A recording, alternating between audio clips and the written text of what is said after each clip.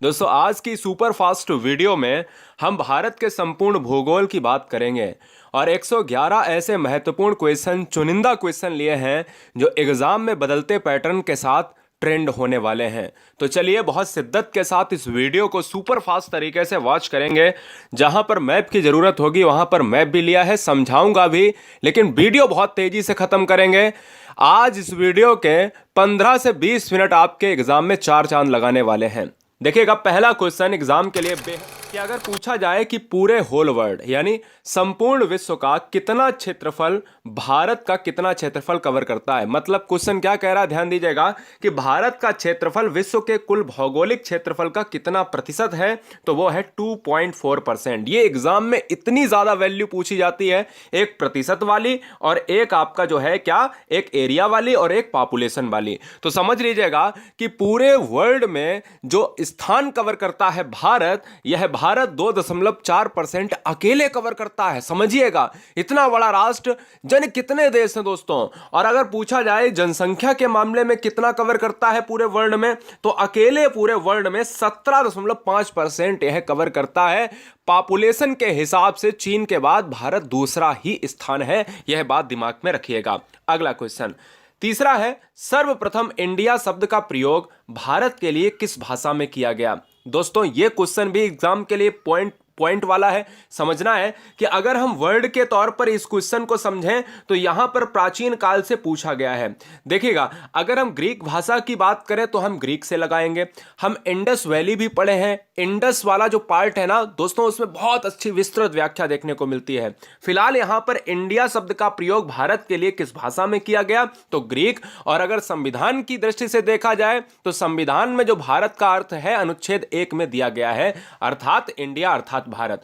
भारत किस गोलार्ध में स्थित है, तो उत्तरी पूर्वी गोलार्ध में। क्यों उत्तरी पूर्वी गोलार्ध में, क्योंकि अगर यह है पूरा वर्ल्ड तो यहां पर 0 डिग्री है और यहां पर भारत है दोस्तों। और यह क्या है, यह दोस्तों नॉर्दर्न ईस्टर्न पार्ट है दोस्तों, यह बात आपको याद रखना है। चलिए क्वेश्चन नंबर 5 क्या है, भारत की उत्तर से दक्षिण लंबाई। यह नॉर्थ होता है, यह साउथ होता है, यह ईस्ट होता है, यह वेस्ट होता है। यह कह रहा कि इसकी लंबाई आप बता दीजिएगा। जम्मू से लेकर हम कन्याकुमारी तक की अगर हम बात करेंगे तो 3214 किलोमीटर है। और यहां अरुणाचल प्रदेश से हम गुजरात की बात करेंगे तो 2933 किलोमीटर है, क्योंकि यह है पूर्व से पश्चिम। वही पूछ रहा है, अगर पूर्व से पश्चिम पूछे तो 2933, अगर उत्तर से दक्षिण पूछे दोस्तों तो 3214। ठीक है ना, ये याद रखिएगा। दो वैल्यू आपको तटीय भी याद रखनी है जो एग्जाम में सबसे ज्यादा बवंडर मचा के रखी हैं कि भारत की स्थलीय सीमा की लंबाई कितनी है, तो 15,200 किलोमीटर। ये स्थलीय सीमा क्या है, दो स्थलीय सीमा वो स्थलीय सीमा होती है जो आपके जल से नहीं लगती है। भारत की तटीय रेखा की लंबाई कितनी है दोस्तों, तो आपको बता दूं कि तटीय रेखा की लंबाई वो रेखा है जहां पर आपके समुद्र से लगा हुआ पार्ट या जल से लगा हुआ पार्ट देखा जाता है, उसकी है 6100 किलोमीटर है। ठीक है, चलिए द्वीपों सहित भारत की अगर हम पूरी तटरेखा की लंबाई देखें तो 7516 किलोमीटर। ये एग्जाम में फैक्ट बहुत ज्यादा पूछा गया है। भारत का धुर यानी दक्षिणी भाग, धुर का मतलब है कि ये जो धुर है दक्षिणी भाग है वो भूमध्य रेखा से कितनी दूर है। देखिए अभी मैंने बताया कि भारत की जो स्थिति है वो कुछ इस प्रकार है, तो यही पूछ रहा है कि नीचे अगर भैया हियन 0 डिग्री होएगी, सिंपल सी बात है। और अगर यहां 0 डिग्री होएगी तो आप ये बताओ कि इसकी जो लंबाई है, इसकी जो दूरी है, वो डिस्टेंस कितनी है, वो दोस्तों यही 876 किलोमीटर तय करेगी। यानी 876 किलोमीटर पर जो है हमारी 0 डिग्री है, जिसको भूमध्य रेखा कहते हैं, जिसको इक्वेटर या विषुवत रेखा का नाम देते हैं। भारत में कुल कितने राज्य समुद्र के साथ लगे हुए हैं, तो गुजरात पहला लगा है, महाराष्ट्र दूसरा लगा है, गोवा तीसरा लगा है, कर्नाटक चौथा लगा है, पांचवा केरल लगा है, छठा तमिलनाडु लगा है, सातवां आंध्र प्रदेश लगा है, आठवां उड़ीसा लगा है और पश्चिम बंगाल 9वां लगा है। सारी चीजें देखिए बता दी, तो 5 इधर राज्य हैं, 4 उधर राज्य हैं, 9। ये मैप का कमाल होता है। चैनल को सब्सक्राइब कर लो बहुत शिद्दत के साथ सुपर फास्ट पढ़ने के लिए। भारत के किस राज्य की तटरेखा सबसे लंबी है, तो गुजरात की तटरेखा सबसे लंबी है। और पूछी जाए सबसे छोटी तटरेखा किसकी है, तो वो भी नोट कर लो, गोवा की सबसे छोटी। ये देखिए, ये गुजरात है, ये गोवा है। गोवा सबसे कम एरिया कवर करेगा, गुजरात ज्यादा एरिया कवर करेगा, ये भी आपको बात याद आ गई। भारत की जो है अगर सबसे छोटी, बिल्कुल बता दिया है दोस्तों, आ गया क्वेश्चन भी। तो गोवा जो है, गोवा की सबसे छोटी तटरेखा है। गोवा की राजधानी क्या है बेटा? पणजी है क्या? और ये पणजी राजधानी किस रिवर के किनारे बसी हुई है ये पूछे तो मांडवी रिवर के किनारे बसी हुई है। ठीक है, चलिए। कौन सी अक्षांश रेखा भारत के मध्य से होकर गुजरती है? तो यह कर्क रेखा गुजरती है। और कर्क रेखा दोस्तों, अगर एक और क्वेश्चन पूछता है कि भारत में कर्क रेखा कितने राज्यों से गुजरती है तो कमेंट करिएगा। सबसे पहले अगर मैं बात करूं यहां पर कर्क रेखा की, तो चलिए आइए जानते हैं। कर्क रेखा भारत के कुल कितने राज्यों से होकर गुजरती है? तो 8 राज्यों से। यह कहां से गुजरती है? तो यह बीचों बीच से गुजरती है। यह रेखा मिजोरम से लेकर आपके त्रिपुरा वाले पार्ट तक पूरी तय करती है। हमने आपको ट्रिक बताई थी, मित्र पर गमछाजार, मिजोरम, त्रिपुरा, गुजरात, मध्य प्रदेश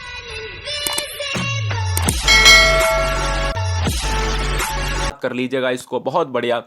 लक्षद्वीप समूह कहां पर अवस्थित है? देखिए अभी बताया मैंने, लक्षद्वीप समूह कहां पर अवस्थित है कि अंडमान निकोबार ये है, और ये है आपका कहां पर? ये है आपका दोस्तों, ये आपका क्या है?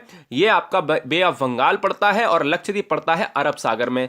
अगर क्वेश्चन में ये पूछा जाए कि लक्षद्वीप कहां पर है तो अरब सागर में मारिएगा जो पश्चिम में है। और अगर क्वेश्चन में पूछा जाए अंडमान निकोबार कहां पर है तो बंगाल की खाड़ी में है, जो बंगाल की खाड़ी पूर्व में पड़ती है। भारत के किस स्थान को सफेद पानी के नाम से जानते हैं? तो सियाचिन, क्योंकि बर्फ से जमा हुआ है। चलिए, भारत का क्षेत्रफल बहुत ज्यादा इंपॉर्टेंट है, 3287,263, ऐसे याद कर लो, 3287,263 वर्ग किलोमीटर। भारत का सुदूर पश्चिम का बिंदु कौन सा है? तो गुजरात में है, जिसका नाम है गौरा माता। नोट कर लो, गौरा मोता, मोता कहा जाता है। ठीक है, तो भाई 3 पॉइंट आपको याद करा दिए कि एक पूर्व वाला बचा हुआ है वो बता देंगे, एक आपका दक्षिण वाला इंदिरा पॉइंट है, उत्तरी वाला आईसी इंदिरा पॉइंट आईपी है, दक्षिण वाला इंदिरा कॉल आपका क्या कहलाता है? आईसी कहलाता है, उत्तरी वाला कहलाता है। और पश्चिमी वाला गौरा माता कहां? गुजरात में है। उत्तरी वाला कहां पर है? जम्मू कश्मीर में है दोस्तों। दक्षिणी वाला कहां पर? अंडमान निकोबार में है। और पूर्वी वाला नोट कर लो, किवथू है, अरुणाचल प्रदेश में। ठीक है ना, चलिए, चारों हो गए। शिव समुद्रम किस नदी के द्वारा बनाया जाता है? तो यह शिव समुद्रम जो है आपका एक प्रपात है जो कावेरी नदी के द्वारा बनाया गया है। 10 डिग्री चैनल इंपॉर्टेंट है, कौन से पार्ट के मध्य स्थित है? तो 10 डिग्री चैनल दोस्तों आपके छोटा अंडमान और कार निकोबार के बीच में अवस्थित है। भारत की सबसे लंबी स्थलीय सीमा किस देश के साथ है? देखिए, तटीय सीमा जो है भारत की गुजरात की है। सबसे लंबी, अगर हम देश में जाते हैं तो सबसे लंबी देश के साथ अगर सीमा लगती है स्थली तो बांग्लादेश के साथ लगती है। और भारत की सबसे छोटी सीमा, अब देखिए ये 4000 से भी ऊपर से ज्यादा सीमा लगती है। और इसी तरीके से अगर मैं बात करूं, भारत की सबसे छोटी सीमा किसके साथ लगती है? अफगानिस्तान के साथ, मात्र 10 किलोमीटर का रेंज लेता है। 10 किलोमीटर दिखाया जाता है, वैसे अगर हम रियलिटी देखा जाए तो 106 किलोमीटर का जो है एक एरिया दिखाया जाता है जो अफगानिस्तान के साथ लगता है। कोई बच्चा बताए मुझे अफगानिस्तान की राजधानी क्या है? क्योंकि अफगानिस्तान में विद्रोह मचा हुआ था तालिबान के चलते, तो फिलहाल यहां पर आपको राजधानी बतानी है। क्वेश्चन नंबर 35, भारत के कुल भूभाग पर कितने % पर्वत हैं? अब ध्यान दीजिएगा, ये 35-36 इंपॉर्टेंट है, आपके फैक्ट और प्रतिशत के आधार पर पूछे गए प्रश्न। देखिए, अगर क्वेश्चन में पूछा जाए कि कितने % पर्वत हैं तो 11% भारत के क्षेत्रफल में पर्वत का एक जो है लेखा जोखा देखा जाता है। भारत के कुल भूभाग पर कितने % मैदानी इलाका है? तो मैदान आपके 43% होते हैं, जिसमें आपकी खेती होती है, अच्छी पैदावार होती है, इसलिए भारत का जो कृषि प्रदेश है वो रीढ़ कहा जाता है। ठीक है ना, ये बात इंपॉर्टेंट है, नोट कर लीजिएगा। इंडिया में अगर हम दक्षिणतम पॉइंट की बात करें तो वो कहां पर अवस्थित है? अब की बार ये पूछ लिया तो मैंने ऑलरेडी आपको बता ही दिया है कि भाई आईसी है या आईपी है, तो आईपी है, इंदिरा पॉइंट है, ये है पिग्मिलियन पॉइंट इसका नाम है, और ये पार्सन पॉइंट भी कहलाता है। ये अंडमान निकोबार द्वीप समूह में है। भारत की मुख्य भूमि को रामेश्वरम द्वीप से कौन अलग करता है? तो पम्बन चैनल अलग करता है। ये रहा जबरदस्त क्वेश्चन, इंपॉर्टेंट क्वेश्चन है। पम्बन चैनल कहां पर है? रामेश्वरम द्वीप को अलग करता है मुख्य भूमि से। क्लियर है, चलिए। भारत के पश्चिमी समुद्री तट का जो उत्तरी भाग है, देखिए ये है आपका पश्चिम इलाका, ये है आपका पूर्वी इलाका, ये पूर्वी इलाका है।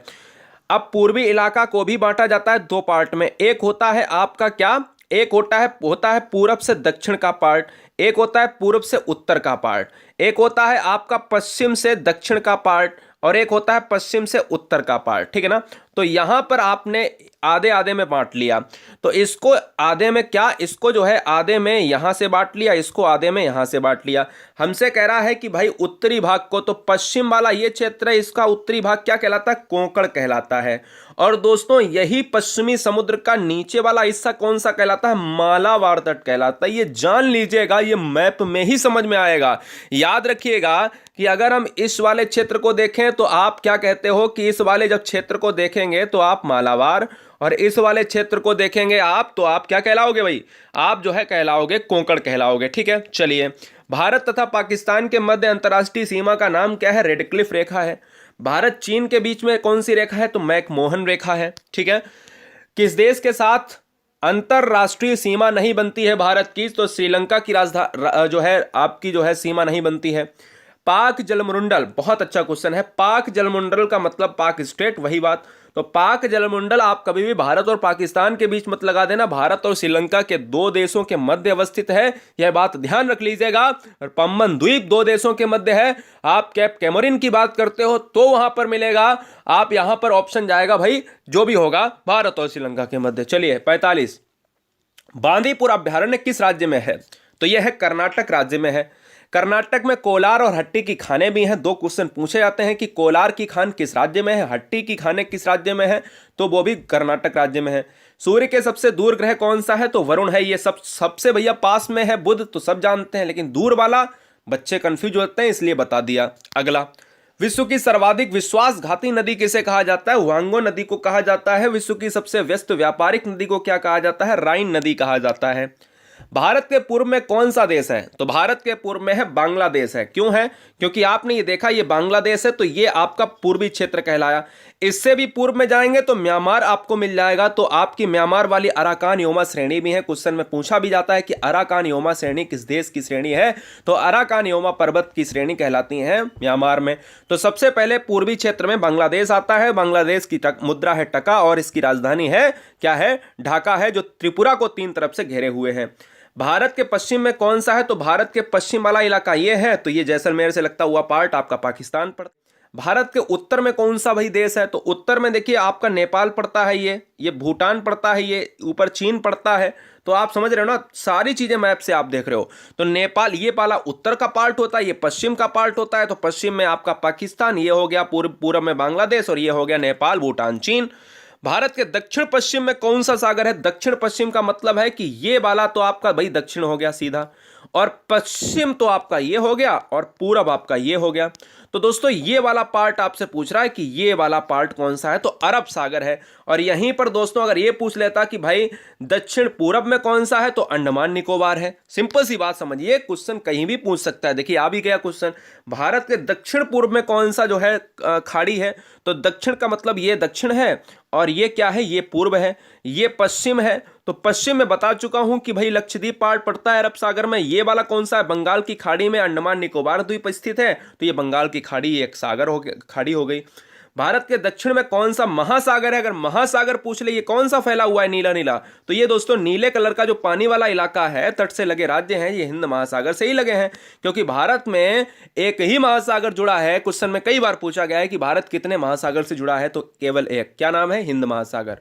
चलिए, पूर्वांचल की पहाड़ियां भारत को किस देश से अलग करती हैं, तो पूर्वांचल ये म्यांमार, आप सभी जानते हो कि क्योंकि म्यांमार दोस्तों एक अराकान योमा श्रेणी लेकर आती है जो विभाजित करती है। मन्नार की खाड़ी और पाक जलमंडल के बीच में कौन सा देश है, तो हम कहते हैं कि भारत और श्रीलंका के मध्य अवस्थित है। कोलाबा पॉइंट इंपॉर्टेंट है। कोलाबा पॉइंट कहां पर है, तो मुंबई में है। ठीक है। धारवाड़ का पठार किस राज्य में अवस्थित है, कर्नाटक में अवस्थित है। कर्नाटक की राजधानी क्या है, कमेंट कीजिएगा। पम्बन द्वीप कहां पर अवस्थित है, मन्नार की खाड़ी में। मन्नार की खाड़ी कहां पर है, पम्बन द्वीप से संबंधित है। पृथ्वी से स्थिर दिखाई देने वाले तारे को क्या हम कहते हैं, ध्रुव तारा। ये कहां पर निकलता है, तो उत्तरी पार्ट में निकलता है। ये भी क्वेश्चन पूछा गया है। भारत और पाकिस्तान के बीच में कौन सी रेखा है, रेड क्लिफ है। कब निर्धारित की गई थी, 15 अगस्त 1947। भारत का विभाजन भी आप जानते हो, है ना, सिंपल सी बात है, जिसमें भारत का काफी हिस्सा चला गया था, लेकिन भारत फिर भी बृहद विशाल क्षेत्र देखा जाता है। अकेले 17.5% का हिस्सा कवर करता है पॉपुलेशन के हिसाब से। महेंद्रगिरी की पहाड़ियां किन दो राज्यों के मध्य है? बहुत इंपॉर्टेंट है, महेंद्रगिरी पूछा जाता है। उड़ीसा और आंध्र प्रदेश। उड़ीसा की राजधानी क्या है? भुवनेश्वर है। आंध्र प्रदेश की राजधानी क्या है? कमेंट कीजिएगा फटाफट। चलिए, कौन सी नदी असम और अरुणाचल प्रदेश के बीच में सीमा बनाती है? बहुत अच्छा क्वेश्चन है, संकोसी नदी। भूवैज्ञानिकों के अनुसार हिमालय पर्वत पहले क्या था? टिथिस नामक समुद्र था। क्लियर है? चलिए, नीलगिरी पहाड़ियां बहुत ज्यादा इंपॉर्टेंट दोस्तों है। नीलगिरी पहाड़ियां कहां पर है? तमिलनाडु क्षेत्र में है। अन्नामुडी नामक चोटी की ऊंचाई कितनी है दोस्तों? तो यह है 2695 मीटर है। बहुत बार पूछा गया, इसको तो कतई आप नजरअंदाज नहीं कर सकते हो, दक्षिण भारत में पड़ती है। ठीक है, चलिए, दक्कन का पठार इंपॉर्टेंट है, नोट किया जाए। दक्कन का पठार किन राज्यों में स्थित है? दक्कन का पठार कौन कौन से राज्य कवर करते हैं? एक महाराष्ट्र, मध्य प्रदेश, गुजरात, कर्नाटक, आंध्र प्रदेश। 1 2 3 4 5 5 राज्य दक्कन के पठार को कवर करते हैं। धारवाड़ का पठार किस राज्य में अवस्थित है? तो कर्नाटक में अवस्थित है। ठीक है, नोट कर लीजिएगा। कर्नाटक में चंदन का उत्पादन सर्वाधिक होता है। कर्नाटक में कॉफी का उत्पादन सर्वाधिक होता है। सोने का उत्पादन होता है। कोलार और हट्टी की सोने की ही खाने हैं। ठीक है, अंडमान निकोबार द्वीप समूह की सबसे ऊंची चोटी कौन सी है? सैंडल पीक है। ये कहां पर पड़ती है? ये अंडमान निकोबार में यहां पर पड़ती है। आप पूर्व क्षेत्र में देखते हो।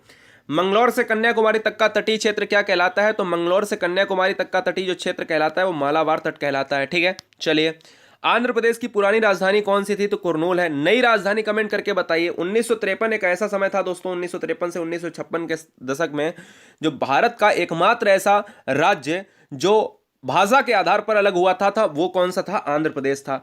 आंध्र प्रदेश 2014 में जो है किससे अलग हुआ? तेलंगाना से अलग हुआ। यह भी आपको याद रखना है। सतपुड़ा की पहाड़ियां किस राज्य में है? तो मध्य प्रदेश में है। राजधानी क्या है बेटा? भोपाल है क्या? कमेंट कीजिएगा। मध्य प्रदेश को क्या कहा जाता है? बाघों का राज्य कहा जाता है, टाइगर स्टेट कहा जाता है। दक्षिण गंगोत्री क्या है? तो ये बहुत इंपॉर्टेंट है। अंटार्कटिका में जो है भारतीय वैज्ञानिक अनुसंधान केंद्र। अंटार्कटिका एक श्वेत महाद्वीप माना जाता है जहां पर बरस भर बर्फ जमी रहती है। तो आपको मैं बता दूं कि वहां पर बहुत से देशों के अन्य अन्य उनके जो नाम हैं उनके आपके अनुसंधान केंद्र हैं। इसलिए भारत ने भी एक अनुसंधान केंद्र वहां पर स्थापित किया है खोज करने के लिए, जिसका नाम है दक्षिण गंगोत्री। याद रखिए। भारत का क्षेत्रफल की दृष्टि से पहला कौन सा है? राजस्थान है। दूसरा कौन सा है? मध्य प्रदेश है। छत्तीसगढ़ इस तरीके से आपने देखा था। चलिए, कोई बात नहीं, आपको बता भी दिया, नहीं देखा था। भारत की मुख्य भूमि का दक्षिणी नोक क्या कहलाता है? Cape Comorin. याद रखिएगा, केप कैमोरिन मुख्य भूमि है। मुख्य भूमि का मतलब यह नहीं इंदिरा पॉइंट आप मर दें, वो इंदिरा पॉइंट अंडमान निकोबार में स्थित है जो भारत का दक्षिणतम पॉइंट है।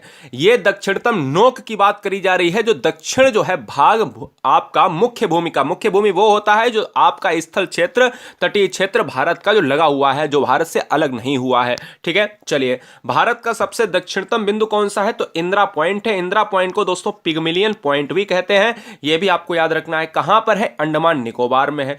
भारतीय भूमि का सर्वाधिक उत्तरी भाग, अगर हम अंडमान निकोबार में ये देखते हैं इंदिरा पॉइंट दोस्तों, तो हम ये जानते हैं कि भैया ये है आपका साउथ वाला पार्ट, यानी ये है दक्षिण वाला पार्ट। ठीक है, इसके उत्तरी में भी कोई ना कोई पॉइंट होगा। तो उत्तर में आपको जम्मू एंड कश्मीर एक राज्य मिलेगा जो इंदिरा काल है। यह भी याद कर लो कि आईसी कहां पर है, इंदिरा काल कहां पर है? जम्मू कश्मीर में है, जो उत्तर जो है उत्तर में पड़ता है। तो उत्तरी बिंदु है आईसी इंदिरा काल, दक्षिणी बिंदु है आईपी इंदिरा पॉइंट। ठीक है, याद रख लीजिएगा।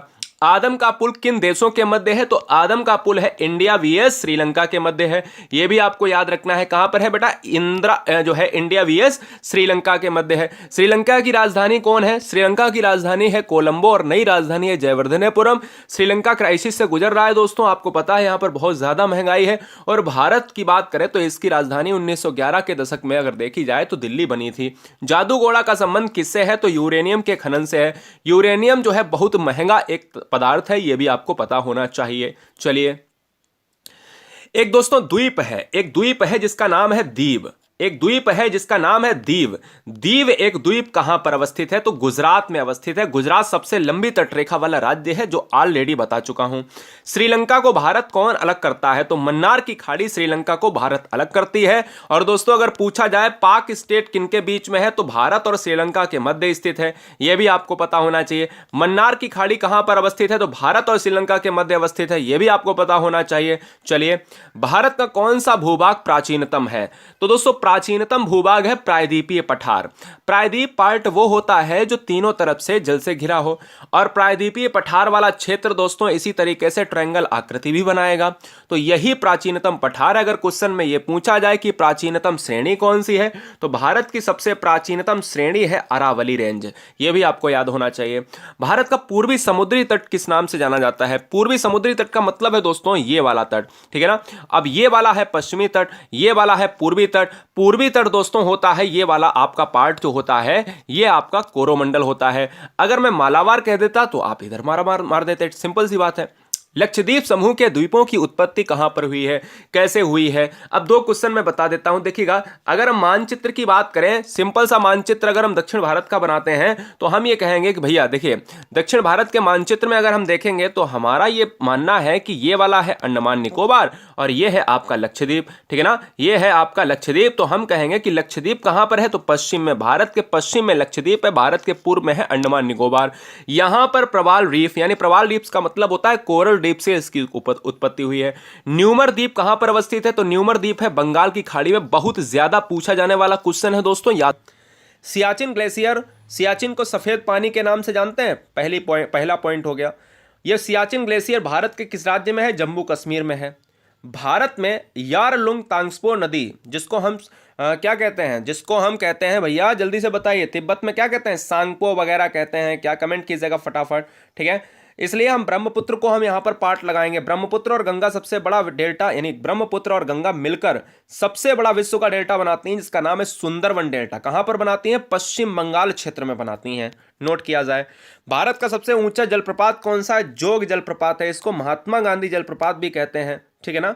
मैटूर बांध किस राज्य में अवस्थित है? तमिलनाडु में। दोनों इंपॉर्टेंट, बहुत ही जबरदस्त है पॉइंट। नोट किया जाए दोस्तों, ये याद रखिएगा। ये कौन सी नदी पर है? ये दोस्तों शरावती नदी पर है। कौन सी नदी पर है? शरावती नदी पर है। ये नोट कर लीजिएगा। हिमालय की ऊंची चोटी कंचनजंगा कहां पर अवस्थित है? सिक्किम में है। राजधानी क्या है सिक्किम की? गंगटोक है। सिक्किम एक ऐसा राज्य है जो भारत में कम जनसंख्या के लिए जाना जाता है। सबसे कम जनसंख्या सिक्किम की है, सबसे कम क्षेत्रफल गोवा का है। नोट कर लीजिएगा। केरल राज्य किस खनिज के लिए सर्वाधिक प्रसिद्ध है? दोस्तों हमने एक पोल कराया था, हमने कहा था कि भारत में कौन सा राज्य सबसे कम जनसंख्या वाला है। उसमें 83% लोगों ने गोवा मारा था। अब आप समझो कि 83% गोवा मारा था, जो आंसर गलत था, ठीक है ना। लाखों बच्चे उस पोल को देते हैं कम्युनिटी में, आप सभी को पता है, क्योंकि मिलियंस बच्चे हैं, लाखों बच्चे उस आंसर को क्लिक करते हैं। तो आप समझ सकते हो कि आपका जो कंपटीशन है वो बहुत कम है, क्योंकि बच्चे सीरियस हैं ही नहीं पढ़ने के हिसाब से। गोवा मारे बैठे हैं, क्योंकि गोवा तो एरिया के हिसाब से है। तो आपका जो कंपटीशन है दोस्त ना, वो लगभग 13 से 14-15% के बीच में, बाद बाकी सब बेकार हैं। आप याद रख लीजिएगा। इसलिए आपको पढ़ना पड़ेगा शिद्दत के साथ।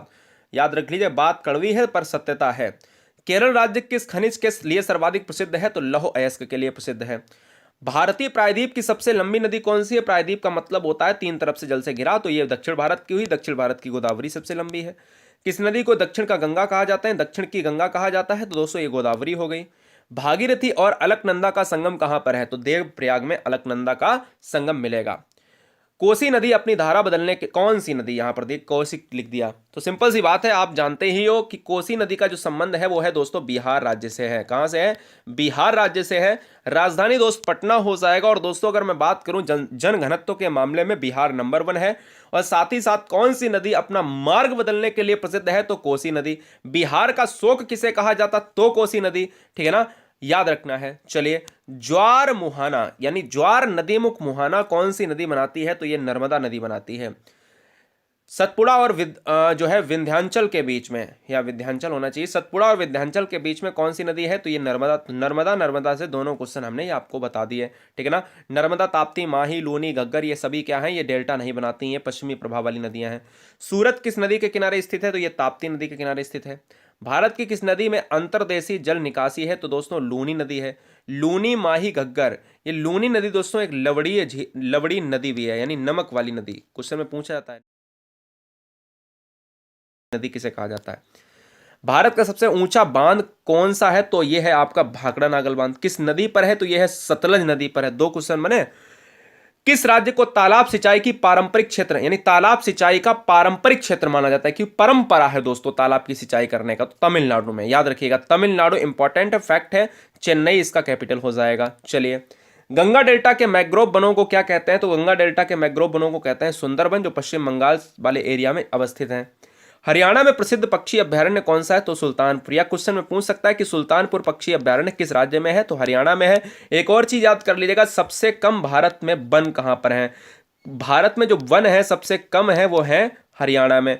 सबसे ज्यादा दोस्तों एरिया के हिसाब से कहां पर है? मध्य प्रदेश में है, ये भी नोट कर लीजिएगा। ठीक है, चलिए, काजीरंगा राष्ट्रीय उद्यान किसके लिए प्रसिद्ध है? गैंडा के लिए प्रसिद्ध है। एक सींग वाला गैंडा मिलता है।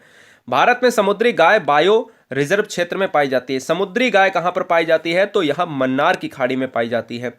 बगान कृषि का उत्पादन करता है। बगान दोस्तों गैर खाद्य फसलें उत्पादित करता है। ठीक है, याद रखिएगा। जोग जलप्रपात किस नदी पर है? ये देखिए नदी पूछ ली है इस बार, तो शरावती नदी पर है। पहले क्या पूछा था? ये सबसे बड़ा जलप्रपात कौन सा है? तो जोग जलप्रपात है, जिसको हम गरसोप्पा जलप्रपात भी कहते हैं। महात्मा गांधी जलप्रपात इसका नाम बदलकर कर दिया गया है। खेतड़ी किसके लिए प्रसिद्ध है? कापर। अब दोस्तों ये बताओ खेतड़ी है कहां पर? खेतड़ी कहां पर है? कमेंट कीजिए आप, जल्दी से बताइए। असम राज्य में परिचालित रिफाइनरी की संख्या कितनी है? तो असम में है 4, और असम में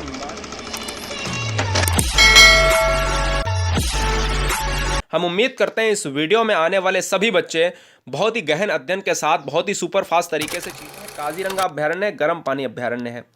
दक्षिण भारत की सबसे ऊंची चोटी कौन सी है? देखिए आ गया, अन्नामुडी है, जो आपकी 2600 से भी ज्यादा इसकी मीटर में ऊंचाई है।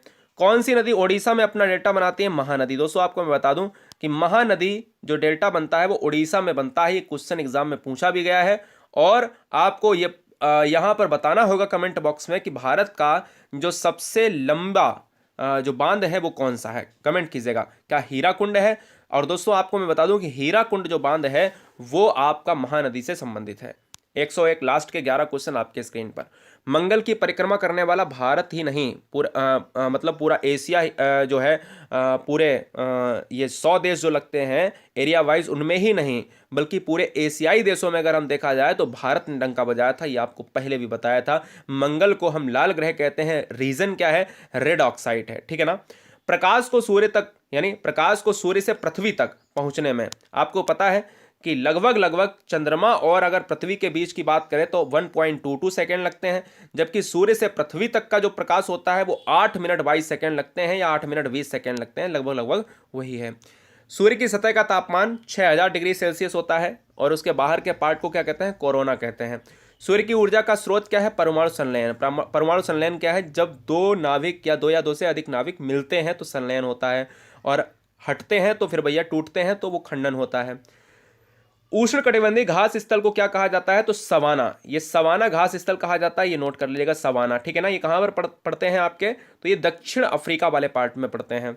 शब्द स्टेप किस बायोफील्ड से जुड़ा है? तो स्टेप घास के मैदान से जुड़ा है। स्टेप का मतलब होता है स्टेपी घास के मैदान, और स्टेपी घास के मैदान होते हैं यूरोप प्लस एशिया में। यूरोप और एशिया में ये स्टेपी घास के मैदान पाए जाते हैं, तो इसलिए स्टेप शब्द किससे जुड़ा है? घास के मैदान, ग्रास फील्ड से।